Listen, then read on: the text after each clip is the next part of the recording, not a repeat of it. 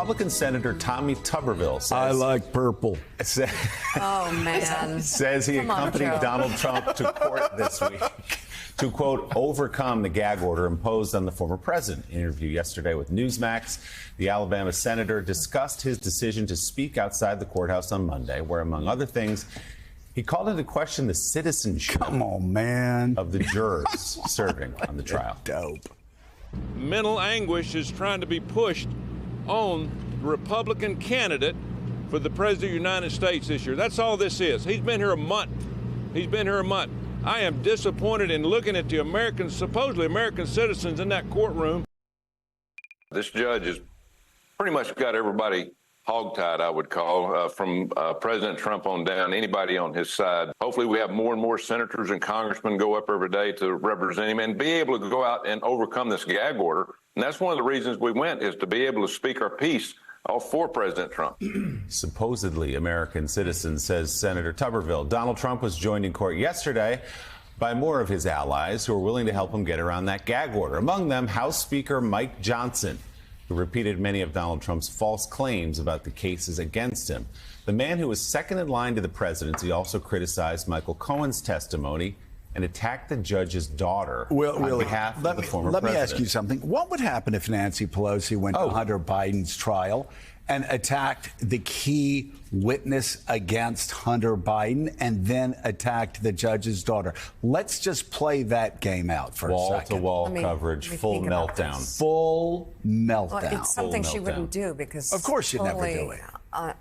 Alex, do we have the suits, the matching outfits? I think do we have that That's clip? the picture of the day. Right. Let's go to cyborgs from the multiverse. So this is all the men who showed up to support Donald Trump yesterday. Republican congressman, a governor of North Dakota, doing, of course, the people's business of North Dakota by being in Lower Manhattan. Vivek Ramaswamy was there as well, all wearing the same suit and the same tie. Nice. The red tie favored by Donald Trump. Charlie Sykes, what do you see in these images?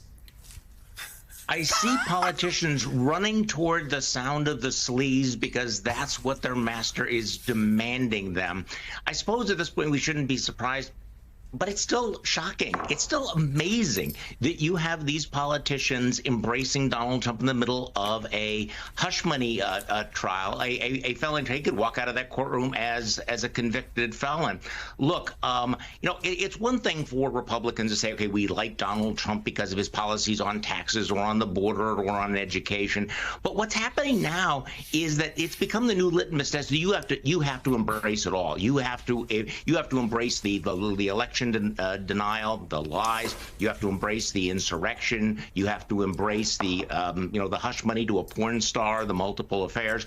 You have to embrace the obstruction of justice. You have to make yourself part of the obstruction of justice. I mean, that was one of those moments where you go, okay, we need to remind everybody that this is not remotely normal, that the Speaker of the House of Representatives would show up at the felony trial supporting Donald Trump, not in spite of his character, but embracing all of it, and then basically using his position to violate the gag order, to say things that the judge says do not, this would affect the trial. Now, whether this is going to have any effect on the jury, we don't know. Whether it is going to intimidate the jury, whether it's going to impress the jury. But again, we're seeing a scene in American politics that we have never seen before, and which was unimaginable until the last 2 days. And by the way, as you guys have pointed out, so much for the party of morality, so much for the party of law and order. Former Republican Congresswoman Liz Cheney mocked Mike Johnson for his appearance at the trial. She posted on social media, quote, "I have to admit I'm surprised that Speaker Johnson wants to be in the I cheated on my wife with a porn star club.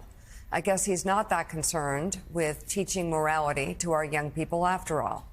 Democratic Congressman Jamie Raskin of Maryland also called out the speaker, sarcastically telling the Daily Beast, quote, "I don't find anything unusual about a fundamentalist theocrat who thinks the Bible is the supreme law of the land attending the legal proceedings of an adjudicated sexual assailant and world-class fraudster and con man for cooking the books to cover up hush money payments he made to a porn star to conceal his adulterous affair. Do you? Raskin making a reference there to Johnson telling Fox News about his worldview shortly after he was elected Speaker last fall. I am a Bible-believing Christian. Someone asked me today in the media, they said, it's curious, people are curious, what does Mike Johnson think about any issue under the sun? I said, well, go pick up a Bible off your shelf and read it. That's my worldview. That's what I believe. Joe, I know you're a Bible scholar. We've talked about the Bible a lot on this show at various times. I remember when Mike Johnson said that thing about how, I'm just, if you want to know who I am, just look to the Ten Commandments, basically. It's an incredible spectacle. I mean, it's almost more of the two things that are incredible about this. One is that the Speaker of the House is doing this. The other is that it's this Speaker of the House that's willing to come down here and stand up for Donald Trump. I mean, it's like he has no memory of things that he said just apparently. There's apparently no memory of things he said just a few months ago.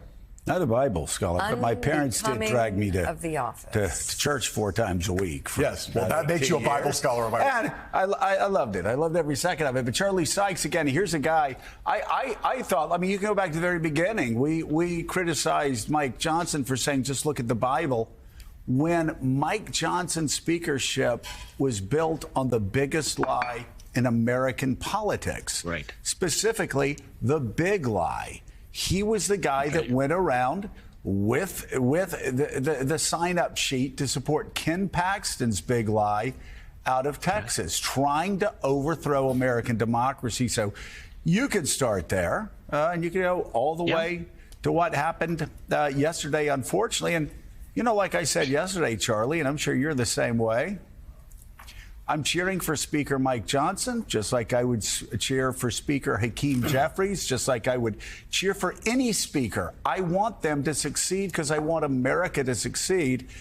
And yesterday was a very, very sad spectacle for America and for an institution I love. It was a bizarre spectacle. No, I mean, it's worth remembering that Mike Johnson became the speaker because he had a coup on his resume, because he, did play the role in the big lie. But, I mean, the reality is that Mike Johnson, as a speakership hangs by a thread, that he depends upon the favor of Mar-a-Lago, that all Donald Trump has to do is turn on him and he's out. So here you have Mike Johnson, who survived that vacate the speaker vote with Democratic support, basically showing where the real power in the Republican Party is. And by the way, also not a surprise that he was fundraising off of it. We know with a picture of him and Donald Trump, live from Donald Trump's trial for the various frauds to try to raise money. But this is who Mike Johnson is, and the hypocrisy is almost too obvious to have to mention that here is somebody who has built his entire identity on his Christian morality, and apparently he and his son have a deal where they monitor one another's porn, use, whatever. This is a trial about Donald Trump having an affair. Having a fling with a porn star and a Playboy model, and then lying about it. And there's Mike Johnson. I am there with you. I am with you on this. Not just with you on taxes, not just with you on the border. I am with you on this, and I'm willing to help you obstruct justice by violating the gag order. I'm still thrown off by the whole thing. You went a little too deep in the shag carpet, as they used to say in the 1970s. I heard nothing after that. Charlie Sykes, please figure out what those youngins are doing in Wisconsin and Michigan, and why there's a 50-point swing between the two. According to the New York Times, in a poll, there will be 38 articles about that coming up in the next 2 days. Thank you, Charlie. We appreciate it.